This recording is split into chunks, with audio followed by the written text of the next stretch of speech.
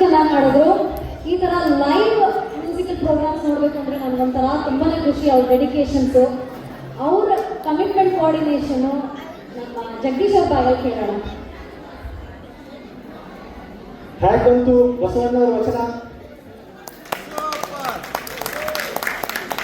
So ಈ ಸಂಗೀತಕ್ಕೆ ಯಶಸ್ವಿ ತಂದವರು ಯಶ್, ನಮ್ಮ Yash.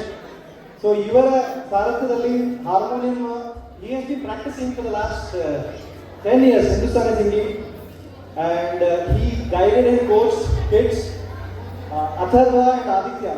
So they have been practicing. Aditya has been doing it for the last 5 years. My son has been doing it for the last 3 years.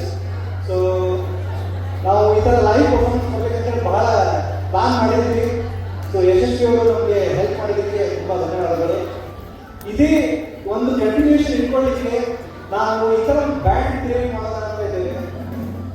So ಸಂಗೀತ ದಾಸೋಹವನ್ನ ನಾವು ಈ ಥರ ತೋರಿಸ್ಲಿಕ್ಕೆ, ಯಾವುದಾದ್ರು event ಇರಲಿ, ಯಾವುದಾದ್ರು ಪೂಜೆ ಇರಲಿ, ಇವ್ರು ಬಂದು ಈ ಥರ ಒಂದು 15-20 ಮಿನಿಟ್ಸ್ ಬಸವಣ್ಣನ ವಚನ ಅಥವಾ ಶಿವನ ವಚನ ಎಲ್ಲ ರೀತಿಯ ಹಾಡುಗಳನ್ನ ಅವರು ಹೇಳಲಿಕ್ಕೆ ಒಂದು ಬ್ಯಾಂಡ್ ಎಲ್ಲ ರೆಡಿ ಮಾಡ್ತಾ ಇದ್ದಾರೆ.